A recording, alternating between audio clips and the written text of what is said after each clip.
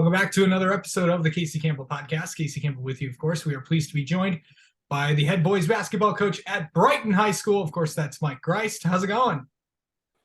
Great, Casey. How you doing? Keep busy? I'm trying to. I've had a lot of coaches on the last few weeks getting ready for the boys and girls basketball seasons. I know the girls already tipped off this week, but you guys start next week. But overall, it's I know you guys just wrapped up with the scrimmage. You just told me off camera, but overall, how do you think practices are going? I know it's kind of condensed with the schedule this year, but how do you think it's going so far? Our guys have been doing great. They've been locked in, and they're excited, to get the season started. We have a number of football players, so we're getting them back into basketball shape. They had a great football season, so some bumps and bruises from that. But I like where they've progressed. They seem to have really positive attitude right now, and they like each other. That's a big deal. And they want to be successful. The young guys from the JVs have been successful for their first 2 years in high school, and we had pretty good success last year with our guys coming back. So really optimistic, like most coaches at this time of year. But I like how we're working. I like how we're focused and really playing hard.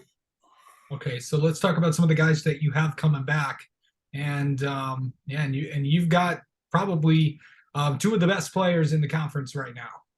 Yeah, we definitely think so. Eddie and Ashton Tomasi and Eddie Millington. Eddie's a third-year guy for us. Really had a good jump last year. Had some big shots for us. And he's worked on his shooting even a lot more. He wants to play college basketball, and he's done everything he can to make that happen.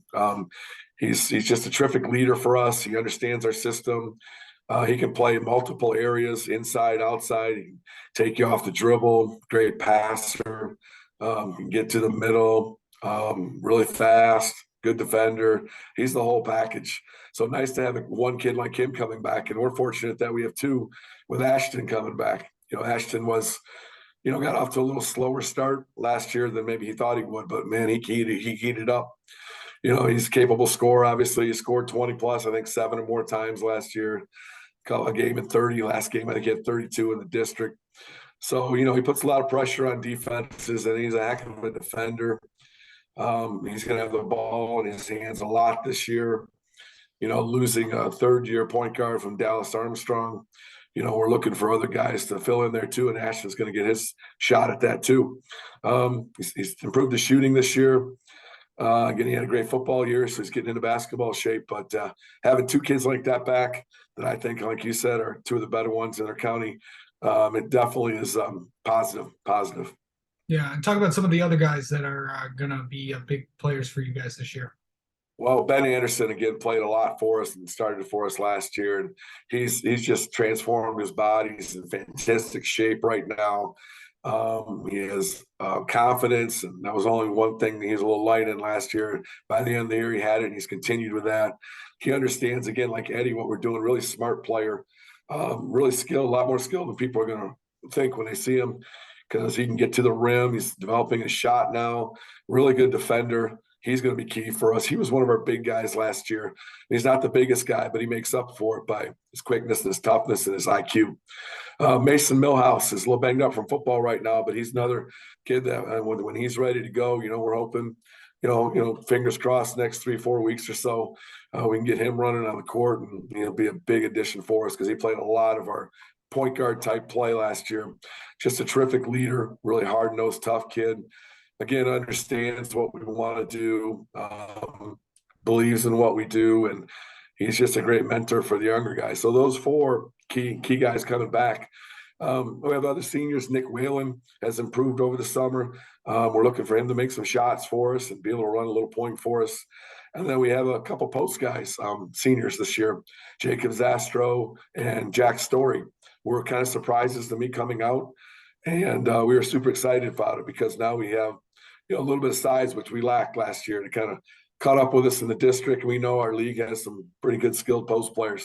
So they're progressing. They didn't play last year, either one of them. So they're kind of catching up to the varsity speed, but they're learning really quickly, and you can't teach size.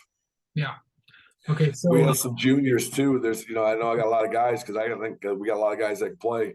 oh yeah. Grant Heatherton, another football player, had a real good scrimmage for us. Good shooter, tough defender, real good athlete. Trevor View, was the leader of the JVs last year, and Mhm. he's another point guard, 6'2" kid that can really elevate and defend, and is getting a feel for the offense. Mitch Rosinski, one of our hardest working kids in our program, not a flashy guy, just plays really hard, great athlete, working on developing his shot and good lockdown defender. So we got a bunch of guys that I think are going to help us this year. Yeah.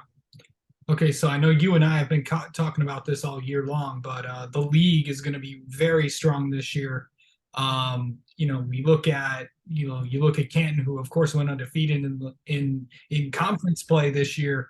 Yeah. But there's a lot of strong teams in this division. Of course, you saw all of them at media day earlier this week. Yeah. But this league is strong once again, and a lot of guys coming back for pretty much everybody. Yeah, everybody's got at least, it seems like 2 to 3. Some have 4 to 5 or more. I think our coaches in our league are fantastic. So when you add good coaching with good basketball players, it makes it tough every night.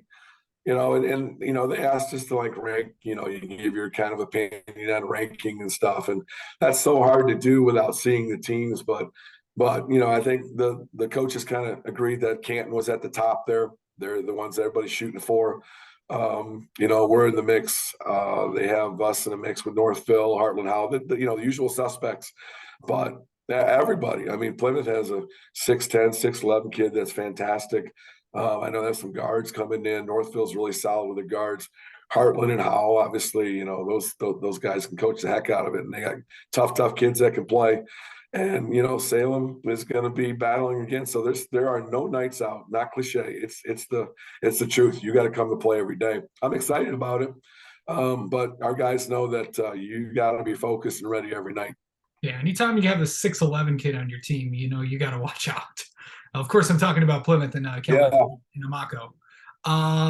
So going into, we talked about the league, and now let's go to the non-conference schedule. And you guys are kind of all over the place a little bit. I think you're only home once in the month of December, if I'm not mistaken. Yeah, I think it's 5 games we have. We get started in a hurry. We go up to Flushing on Wednesday in a rematch. We came down here last year, lost a close game with them. And then we're going to go to Petoskey for a little tournament. We haven't done that for a few years. And we're going to open with Petoskey, and then we'll play the winner of, if things go our way, play the winner of Grand Ledge and Tawas. And then we go on the road again. I believe, look at my schedule there. Yeah, no, actually, we're home finally. We get to play Farmington at home. And then we're back on the road to Carlton Airport on a Saturday, and then Livonia Stevenson and our crossover right before break. So we got a whole bunch of games in a short amount of time, variety of competition, variety of, type of teams. It's kind of what we're looking for so that we can kind of be ready for everything in our West Division. Yeah, for sure. You mentioned you're playing Stevenson. The crossover games have kind of moved up before conference play. Usually, typically they're toward the end of the season. But what's it going to be like playing, going all the way up to Stevenson? Ewan's going to bring a tough team. Yeah, they were. I mean, we had a heck of a game here last year. They had a kid that scored 45 on us. Yeah. We were able to win somehow. But they're really well coached, and I know they had some young players last year that are coming back. And we take a long bus ride like that. You never know how you're going to come off. I think our guys will be ready. We respect the heck out of Livonia Stevenson's program, so they will definitely not have any worries about being focused. But yeah, that's a tough non-conference to open. But there again, when you look at the East, there's a whole bunch of good teams over there. So no matter who you're matched up with, you're going to have a good night of basketball. Yeah, I mean, of course, you mentioned, I know you saw Belleville able today. I know that they're once again picked to take the conference, so we'll have to see how that ends up. Let's also talk about your coaching staff a little bit. There's a very familiar name coaching for you guys this year, on the freshman side. How much convincing did you have to convince Paul Ash to come in and coach for you guys? It was the former girls coach funny. last year. So how did that come out? Well, we have some history. We used to coach the boys together. I was a JV coach when he was a varsity assistant for Dan Christner. So we have coached together. We were both a little younger then. And then, obviously Paul has a great success with the girls. And our freshman coach ended up getting a principal's job And so, it's hard to find coaches nowadays, especially good ones. And, we talked to a few guys, and Paul's name came up because, he's a great coach, and hey, it's worth taking a shot. So I believe I texted him, and it wasn't, it was shortly after the text. He's like, yeah, I'd love to.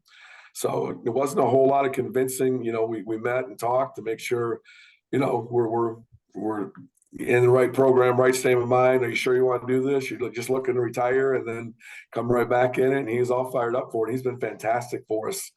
So to have a freshman coach with his pedigree, background, having varsity experience on the bench and in our locker room and in our coaches' meetings is just invaluable to me. And then, of course, I got Coach Luplo at JV, who's just been phenomenal for us the last 3 years. So we're loaded at the coaching staff, I feel like, and my assistants, I've been with them for a long time. Darren Armstrong with me and his son, Jack Armstrong. They're just high basketball IQ. And then I actually have Shane Armstrong, another Armstrong, helping out Paul at the freshman, and Owen Eamon helping out Brent Luplo. So I got some former players in the mix. So I love our staff. They work really well with the kids. And we're all, focused on the same goals, developing so that on those Tuesday, Friday nights, the varsity can have success. But having Paul was a heck of a find for us. Yeah, that was one name I noticed on there. I'm like, whoa, that's interesting. He just stepped down as girls coach. I'm like, he's back into it. So obviously, what do you want to? Obviously, there's going to be a lot of road games for you guys, but what do you want to see out of your team as we head into this December slate? Because it starts next week when you guys will head up all the way up to the Flint area to take on Flushing. Yeah, we'll be road tested by the end of this, by the time we get to January. What I hope is it's every day. We want growth in practice and in games. We're going to learn some things from our scrimmage we had yesterday. And we have a tough scrimmage coming up at Okemos with some very good teams on Saturday. So it's all about growth and basically identifying our areas that we need to improve and working at that and figuring out where our strengths are. And like I said, I have a number of options that we can go to with different looks. So it'll be a learning curve for me with new guys, like it is for every coach. But I just want to see them compete and have fun, and winning is fun, definitely. So you get some of those, it helps, but I just want them to appreciate that hard work. You are rewarded at the end of it. Doesn't guarantee success, but that's kind of our mission, is just give everything we can, and the success probably will come. So what are we going to be at the end of December record-wise? I don't know. I know we'll be 0-0 in the conference, in the division. So it's not the end-all, be-all. But we'd like to have a nice start. We're going to be challenged again with all the road games and against the teams we're playing. So I'm curious and, excited. Yeah, for sure. All right, Mike Griest, thank you so much for coming on. Best of luck to Brighton this year. Appreciate it, Casey. Good talking to you.